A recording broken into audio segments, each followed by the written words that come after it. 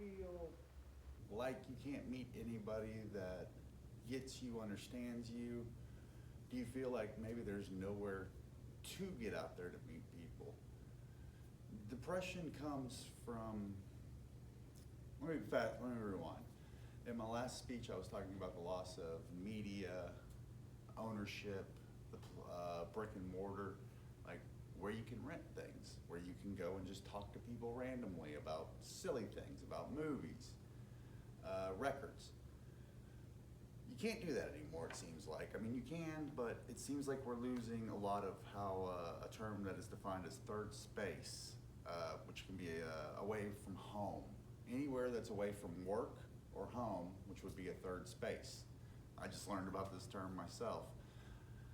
And it really kind of struck home because, yeah, we are losing a lot of open spaces, like coffee shops, Tower Records, Blockbuster. I mean, like I talked about in the last speech, really the last real place so you can really get out there and not be hounded to make a purchase, to be able to stay there, is the library. And even then, they're trying to get rid of these things like the library. They're cutting funding for programming, after-school programming at libraries, summer activities. This also brings me back to movie theaters. And I chose this movie theater up here at college, out in the college, for one reason. AMC recently decided that it'd be best to shut down a 6 viewing, I believe, theater in this town, a college town with very, very many kids that don't go to college here, that are here when the college is closed. And you can't see it from here, but this place is a wreck. This place was packed. Once again, another sellout show for, I believe, Scooby-Doo. The original Scooby-Doo, not the original, but the remake with Freddie Prinze Jr. and his wife, and Matthew Lillard. God bless Matthew Lillard. But maybe it's just me, man, but as the older as I get, man, it just seems like these decisions that are made by these companies to close these businesses. Hey, I mean, a theater is a thriving business still in a college town like this, but for some reason, like I say, AMC can't keep their stuff together to where they keep even a small one open, even though the stock's doing great. The loss of third spaces, these parks, these community centers, these brick and mortar stores, like I say, the interaction between not having to be at home and not having to be at work and being able to create a bond through your community, is just the loss of it is affecting people. It's affecting your ability to get out there and talk with other people, to form relationships,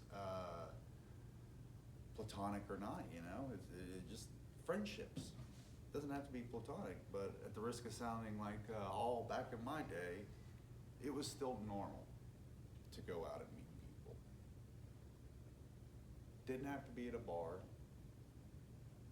Could have been a club, but I'm an older millennial. I hate to use those terms, but I was born in 1984, and the decline in spaces, even in the past 6 years, has gotten ridiculous.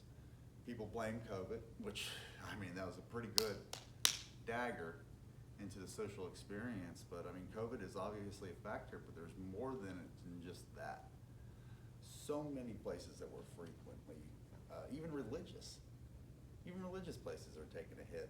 Just like bars, people don't find going to church as fulfilling as they used to. I can't speak for everybody,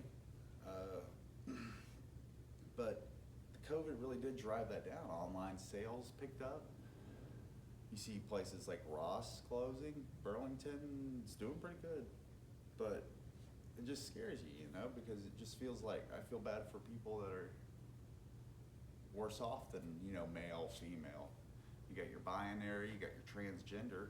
They're already even scared to go out, so even less open space for them. They're just gonna sit at home, and it's gonna get bad. We're heading towards a certain type of idiocracy, and it worries me, because you won't be able to form bonds with other people, and you start getting into, that movie, where nobody has children anymore except for that one Men Men of War, I think it's called, and it's a good one if you get a chance to watch it. Even in coffee shops, like you notice it, I don't want to focus all my attention on media, but even in coffee shops, you find that there's less chairs. As simple as that. They don't want you to sit down anymore. I mean, you can look at McDonald's, you can look at the Burger King experience. They don't want kids to hang out anymore. And they blame, how kids are reckless and this and that, but I mean, it's always been that way. Every generation's had reckless kids. It's silly to post it on that, but it's even affecting people of color. And these aren't things that, need references. You can look around and see that COVID has taken a dagger to things. Even before COVID, brick and mortar was closing down. You don't need a source when you can see it with your own eyes. It's just bars too. Bars are taking a hit. And that one might be due to just this generation not wanting to drink as much as previous generations, and I respect the heck out of that. But social isolation is a significant risk factor for mental health and illness. And if you cannot get out and you cannot talk to people about like-minded things, you will be affected. That's just common sense. You don't need a college degree to know that getting out and not being social will affect you. And I know the world is an ugly place, but just remember, it's not always your fault. It's not always a male or a female or a generational thing. There's things out here in this world that have gotten worse, and you can see it, like you say, with your eyes. Hastings, Blockbuster, AMC, community centers, churches even, like I said earlier, are closing, and this is going to have an effect on society and how we group together and how we engage civically with each other. And not even that, the economy. People aren't spending money. They're just giving their money online to people they never see. It's not like JCPenney's and Sears anymore. But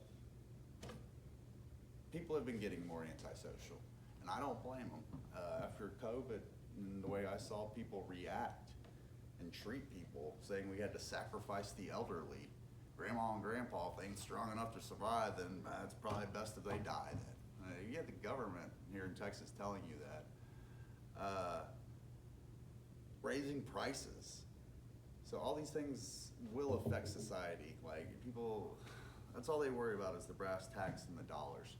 But you gotta think about the brick and the mortar, and you gotta think about the mental health that it's gonna affect with people. I'm gonna see, I lost count on my time, but if I need more time, I'll add to this. I hope y'all enjoyed this. Love to talk about it more.